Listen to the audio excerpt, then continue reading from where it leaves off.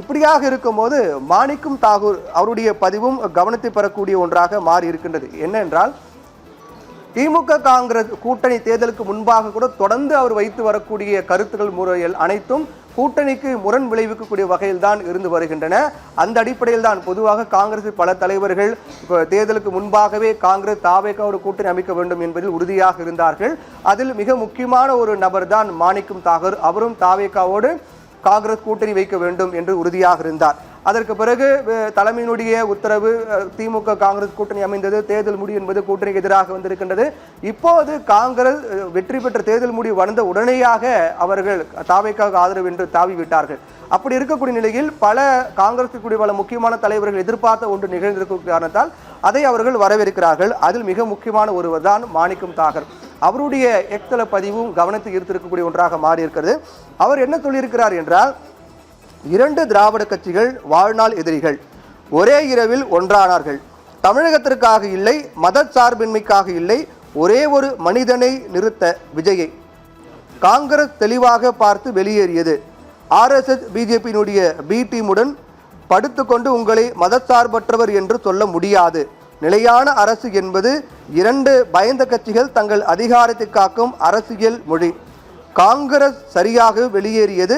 திமுக இன்று தன் முகமுடியை கழற்றுமா என்று அவர் பதிவிட்டிருக்கிறார். இது மிக முக்கியமான ஒரு பதிவாக பார்க்கப்படுகிறது. திமுக அதிமுக கூட்டணி அமைந்தால் அது மக்கள் நலனுக்காக அல்ல, ஒரு சுயநலத்திற்காக என்பதையே மாணிக்கம் தாகூர் இந்த பதிவில் ஒரு சரியான நேரம் பார்த்து காங்கிரஸ் வெளியேறி இருக்கிறது என்பதையும் காங்கிரஸ் வெளியேற்றத்தை அவர் நியாயப்படுத்தியே பேசியிருக்கிறார்.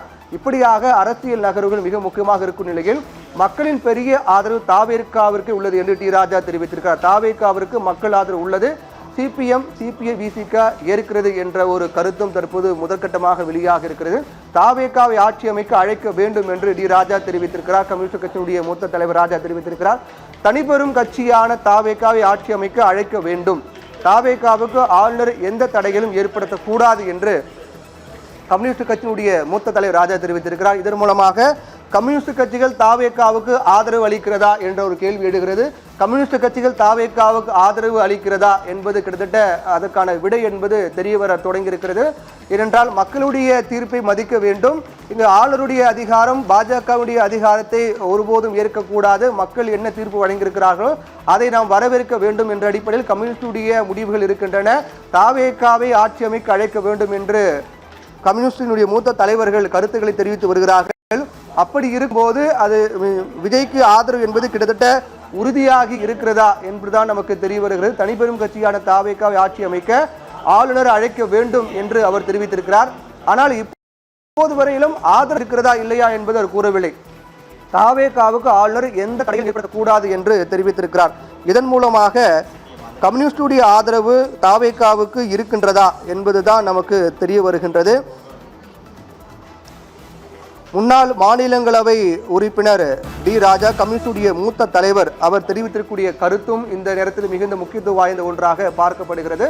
தாவேகாவுக்கு ஆளுநர் எந்த தடைகளையும் ஏற்படுத்திவிடக் கூடாது, உடனடியாக விஜயை ஆட்சி அமைக்க ஆளுநர் அழைப்பு விடுக்க வேண்டும் என்று டி ராஜா கருத்து தெரிவித்திருக்கிறார்.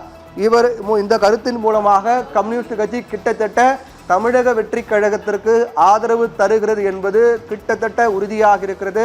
அதிகாரப்பூர்வமான அறிவிப்பு இன்னும் வெளியாகவில்லை, இன்னும் சற்று நேரத்தில் வெளியாகும் என்று எதிர்பார்க்கப்படுகிறது. ஒருவேளை கம்யூனிஸ்ட் கட்சி, இந்திய கம்யூனிஸ்ட் கட்சியினுடைய தேசிய செயலாளராக இருக்கக்கூடிய டி ராஜாவின் கருத்து மிக முக்கியமான ஒன்றாக பார்க்கப்படுகிறது. இந்திய கம்யூனிஸ்ட் கட்சி ஒருபுறம் தீவிர ஆலோசனை மேற்கொண்டு வருகின்ற சூழ்நிலையில் இந்திய கம்யூனிஸ்ட் கட்சியினுடைய தேசிய செயலாளர் டி ராஜா மிக முக்கியமான ஒரு கருத்தை தெரிவித்திருக்கிறார். அந்த கருத்தின் அடிப்படையில் தாவேகாவை ஆட்சி அமைக்க ஆளுநர் அழைப்பு விடுக்க வேண்டும் என்று அவர் தெரிவித்திருக்கிறார். இது ஒருபுறம் இருந்தாலும் கூட மறுபுறம் கம்யூனிஸ்ட் கட்சியுடைய ஆலோசனை மிக தீவிரமாக நடைபெற்று வருகிறது. இது போன்ற ஒரு தேசிய கட்சியினுடைய மாநில தலைமைகள் ஆலோசனை மேற்கொள்ளும் போது தேசிய தலைமைகளும் இதில் சில அறிவுறுத்தல்களையும் உத்தரவுகளையும் ஆலோசனைகளையும் வழங்குவார்கள். அந்த அடிப்படையில் பார்க்கும் போதுதான் இந்திய கம்யூனிஸ்ட் கட்சியினுடைய தேசிய செயலாளர் டி ராஜா அளித்திருக்கக்கூடிய அந்த பேட்டி, அவருடைய கருத்து என்பது கம்யூனிஸ்ட் கட்சிகள் தாவேகாவுக்கு ஆதரவு தெரிவிக்க இருக்கின்றது என்பதையே அது பிரதிபலிக்கிறது. அவர் கூறிய கருத்து மிக முக்கியமான ஒன்று. தனி பெரும்பான்மை என்ற அடிப்படையில் விஜயை ஆட்சி அமைக்க கவர்னர் அழைப்பு விடுக்க வேண்டும், விஜய் ஆட்சி அமைக்க வேண்டும் என்று அவர் தெரிவித்திருக்கிறார். இது இரண்டு விதமாக கூட நாம் புரிந்து கொள்ளலாம். இன்னும் அதிகாரப்பூர்வ அறிவிப்பு வெளியாகும் வரை இரண்டு விதமாக நாம் புரிந்து கொள்ளலாம். ஒன்று, ஜனநாயக முறைப்படி நடக்க வேண்டும். கம்யூனிஸ்ட் கட்சி பொறுத்தவரையில் பொதுவாக பாஜகவுக்கு எதிரான சித்தாந்தம் கொண்டவர்கள். அந்த அடிப்படையில் பாஜக மற்றும் ஆளுநருடைய தலையீடில் இருக்கின்றது, அதிகார துஷ்பிரயோகம் நடக்கிறது என்ற அடிப்படையில் பாஜகவுக்கு எதிர்ப்பு என்ற மனநிலையில் கூட அவர்கள் இந்த கருத்தை தெரிவித்திருக்கலாம். ஒன்று.